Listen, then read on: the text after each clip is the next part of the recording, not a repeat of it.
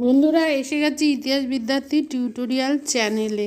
আজ আমি রাজপুত জাতির উৎপত্তি এবং বিভিন্ন রাজপুত বংশ আদি মধ্যযুগে সেই নিয়ে আলোচনা করব। তাহলে আলোচনাটা শুরু করি। প্রাচীন ভারতের জাতি ব্যবস্থার প্রচলনের সূত্রে যে সকল জাতির উদ্ভব ঘটে সেগুলির মধ্যে অন্যতম ছিল রাজপুত জাতি। হর্ষবর্ধনের পরবর্তীকালে উত্তর ভারতের সামাজিক মর্যাদার কেন্দ্রবিন্দু হিসাবে রাজপুত জাতির উত্থান ভারতের ইতিহাসে এক বিশেষ গুরুত্বপূর্ণ ঘটনা। এজন্য 712 খ্রিস্টাব্দ থেকে 1192 খ্রিস্টাব্দ পর্যন্ত সময়কালকে ভারত ইতিহাসে রাজপুত যুগ বলা হয়।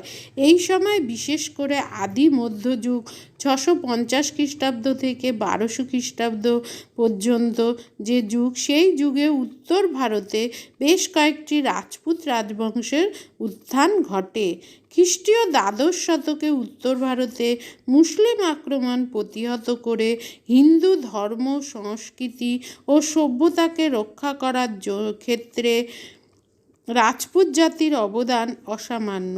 এই রাজপুত জাতির উৎপত্তি নিয়ে বিভিন্ন পণ্ডিত বিভিন্ন অভিমত ব্যক্ত করেছেন, তারা কোনো সঠিক সিদ্ধান্তে আসতে পারেনি। সর্বপ্রথম আমরা বাণভট্টের অভিমত বলতে পারি। হর্ষবর্ধনের সভাকবি বাণভট্ট বলেছেন যে উচ্চবংশীয় ক্ষত্রিয় সন্তানরাই রাজপুত নামে পরিচিত। তার মতে রাজপুতরা ছিলেন সূর্য বা চন্দ্রের বংশজাত। পরবর্তী অভিমত অগ্নিকুল তত্ত্ব।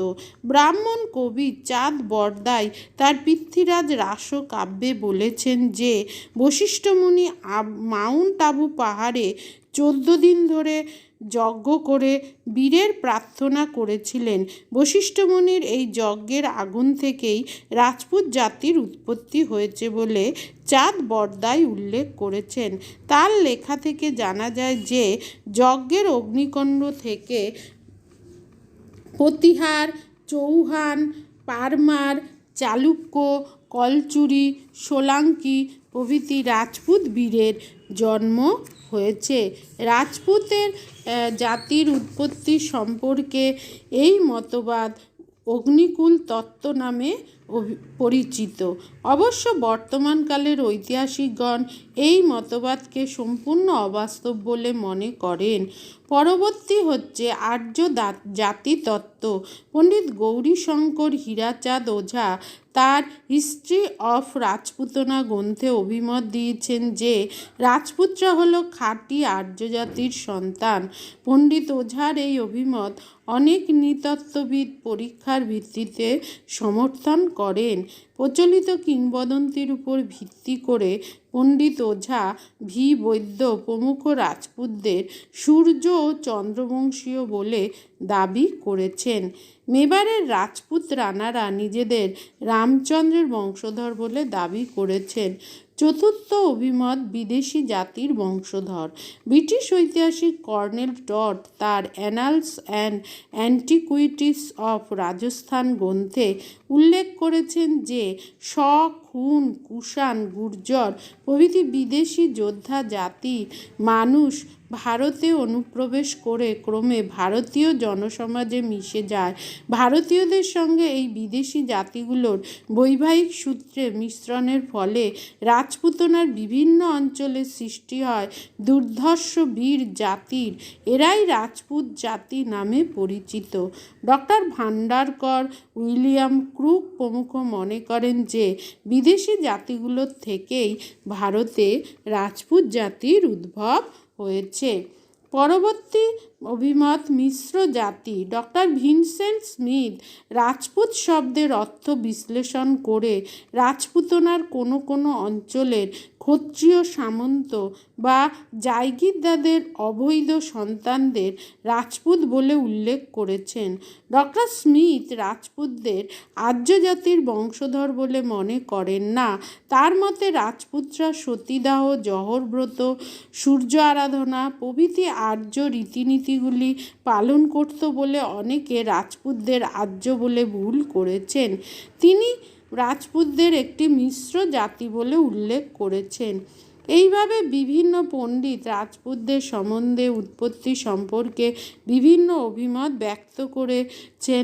সুতরাং একটা কোনো সঠিক সিদ্ধান্তে তারা উপনীত হতে পারেনি যে কোথা থেকে রাজপুতদের উৎপত্তি হয়েছিল। তাই তারা বিভিন্নভাবে মত ব্যক্ত করেছেন। এবার আসি রাজপুত বংশ। আদি মধ্যযুগে বিভিন্ন রাজপুত রাজবংশ সৃষ্টি হয়েছিল। সেই বিভিন্ন রাজপুত রাজবংশ 647 খ্রিস্টাব্দে হর্ষবর্ধনের মৃত্যুর পর উত্তর ভারতের বিভিন্ন অংশে তারা শাসন ক্ষমতা প্রতিষ্ঠা করেছিল। এই রাজবংশগুলোর মধ্যে উল্লেখযোগ্য ছিল আজমির ও দিল্লির চৌহান বংশ, গুজরাটের চালুক্য বংশ, কনৌজের গাহরবাল বংশ, বুন্দেলখন্দের চান্দেল্য বংশ, মালবের পারমার বংশ, চেদির কলচুরি বংশ। তাহলে কিছু কিছু রাজবংশের কিভাবে তারা উৎপত্তি হয়েছিল সেই রাজবংশের এবার পরিচয় দিচ্ছি। এক, চৌহান বংশ। দিল্লি ও আজমিরের চৌহান বংশ ছিল শক্তিশালী রাজপুত রাজবংশ। আজমিরের চৌহান শাসক চতুর্থ বিগ্রহরাজ দিল্লি, পূর্ব পাঞ্জাব, দক্ষিণ রাজপুতনা প্রভৃতি বিভিন্ন অঞ্চল জয় করে সাম্রাজ্যের প্রসার ঘটান। এই বংশের শেষ শাসক এবং উত্তর ভারতের শেষ শক্তিশালী হিন্দু রাজা তৃতীয় পৃথ্বীরাজ কালিঞ্জর, আনহিলবার, রোহিলখণ্ড, মনবা প্রভৃতি স্থান জয় করেন। তিনি তরাইনের দ্বিতীয় যুদ্ধ 1192 খ্রিস্টাব্দে তুর্কি আক্রমণকারী মোহাম্মদ ঘুরির কাছে পরাজিত হন। দ্বিতীয় বংশ হচ্ছে চালুক্য বংশ। পশ্চিম ভারতের রাজপুত রাজবংশগুলোর মধ্যে অন্যতম ছিল গুজরাটের চালুক্য বংশ। এই বংশের শ্রেষ্ঠ রাজা ছিলেন জয় সিংহ। চালুক্য বংশের রাজধানী ছিল আনহিলবার। চালুক্যরা আজমিরের চৌহান বংশের বিরুদ্ধে দীর্ঘ সংগ্রামে লিপ্ত হলে তাদের শক্তি হ্রাস পায়। ফলে চালুক্য রাজ্য থেকে মালব, মেবার প্রভৃতি অঞ্চল বিচ্ছিন্ন হওয়ার সুযোগ পায়। পরবর্তী হচ্ছে গাহরবাল বংশ। কনৌজের গাহরবাল বংশ ছিল অপর উল্লেখযোগ্য রাজপুত রাজবংশ। চন্দ্রদেব 1090 খ্রিস্টাব্দে এই বংশের প্রতিষ্ঠা করেন। তিনি এলাহাবাদ, বারাণসী ও পাঞ্চাল অধিকার করেন। এই বংশের শ্রেষ্ঠ রাজা গোবিন্দচন্দ্র উত্তরপ্রদেশ ও বিহারের বেশ কিছু অঞ্চল দখল করেন। এই বংশের শেষ রাজা জয়চন্দ্র তরাইনের দ্বিতীয় যুদ্ধ, যেখানে তৃতীয় পৃথ্বীরাজ পরাজিত হয়েছিল মোহাম্মদ ঘুরির কাছে, সেই তৃতীয় পৃথ্বীরাজের বিরুদ্ধে তিনি কি করেছিলেন? মোহাম্মদ ঘুরিকে সাহায্য করেছিলেন। ফলে পৃথ্বীরাজ পরাজিত ও নিহত হন। এই সময় যদি তিনি পৃথ্বীরাজের সঙ্গে সম্মিলিত হয়ে ঐক্যবদ্ধ হয়ে মোহাম্মদ ঘুরিকে যুদ্ধে পদানত করতেন, তবে হয়তো ভারতের চিত্রটা সেই সময় পাল্টে যেত। যাই হোক, পরবর্তীকালে জয়চন্দ্র ঘুরির হাতে পরাজিত ও নিহত হন 1194 খ্রিস্টাব্দে। পরবর্তী হচ্ছে চান্দেল্য বংশ। খ্রিস্টীয় 9ম শতকে যশবর্মন বুন্দেলখন্দের চান্দেল্য নামে একটি রাজপুত রাজবংশের প্রতিষ্ঠা করেন। তিনি দিল্লির চৌহান বংশীয় পৃথ্বীরাজকে পরাজিত করেন। পারমারদেব ছিলেন এই চান্দেল্য বংশের উল্লেখযোগ্য শক্তিশালী রাজা। এই বংশের শেষ রাজা ছিলেন পেরামল। এই বংশের রাজারা শিল্প স্থাপত্যের পৃষ্ঠপোষক ছিলেন। চান্দেল্য রাজাদের নির্মিত খাজুরায়ের মন্দিরগুলো আজও শিল্প রসিকদের বিস্ময় সৃষ্টি করে তার অপরূপ কারুকার্যের জন্য। পরবর্তী হচ্ছে রাজবংশ পারমার বংশ। খ্রিস্টীয় 11 শতকে প্রতিষ্ঠিত মালবের পারমার নামে রাজপুত বংশের শ্রেষ্ঠ রাজা ছিলেন ভোজ। এনার রাজত্বকাল ছিল 1018 থেকে 1080 খ্রিস্টাব্দ। সুদক্ষ যোদ্ধা, সুশাসক ও সংস্কৃতির অনুরাগী ভোজ ধারার সংস্কৃত বিদ্যালয় প্রতিষ্ঠা এবং ভোজ নামে এক হ্রদ খনন করেছিলেন। পরবর্তী অন্যান্য বংশগুলো ছিল, এছাড়াও এই যুগে পরবর্তী আরও রাজপুত রাজবংশের উৎপত্তি হয়েছিল। এগুলোর মধ্যে উল্লেখযোগ্য ছিল জব্বলপুরের কলচুরি বংশ, কাথিয়াবাড়ের সোলাঙ্কি বংশ, গোদাবরী তীরবর্তী চেদি বংশ প্রভৃতি।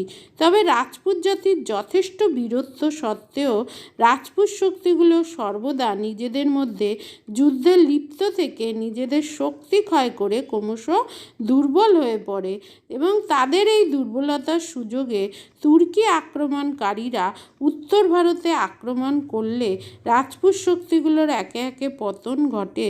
যদি তারা ঐক্যবদ্ধভাবে এই বিদেশি শত্রুদের বিরুদ্ধে যুদ্ধ করত, হয়তো ভারতের চেহারা অন্য হতো বা পাল্টে যেত। যাই হোক, তারা যেহেতু একতাবদ্ধভাবে যুদ্ধ করেনি, নিজেদের মধ্যে সবসময় যুদ্ধ সংঘর্ষে বংশগুলো লিপ্ত থাকতো, কে কাক থেকে কত বেশি শক্তিশালী। এতে তারা কী করতো, একটা বংশ অপর বংশের বিরুদ্ধে শত্রুতা বাড়িয়েই চলেছিল। তার ফলে সেই শত্রুতার জন্য তারা একে অপরের যুদ্ধে লিপ্ত থাকতো। এমনকি বৈদেশিক শত্রুর আক্রমণের সময়ও তারা গোপনে তাকে সাহায্য করত, যাতে অন্য রাজপুত বংশটা দুর্বল হয়ে পড়ে। ফলে তারা নিজেদের মধ্যে যুদ্ধে লিপ্ত থাকার সুযোগে অন্যান্য রাজপুত বংশগুলো ঐক্যবদ্ধ না হয়ে বৈদেশিক আক্রমণকারীদের ভারতে প্রবেশের সুযোগ দিয়ে দিয়েছিল। যদি তারা একতাবদ্ধভাবে তাদের আক্রমণ প্রতিহত করত, হয়তো ভারতের চিত্রটা অন্যরকম হতো। হয়তো রাজপুত রাজারা পরবর্তীকালে ভারতে শাসন করত। যাই হোক, তারা নিজেদের মধ্যে যুদ্ধে লিপ্ত থাকায় দুর্বল হয়ে পড়ে। চ্যানেলটা অবশ্যই সাবস্ক্রাইব করো।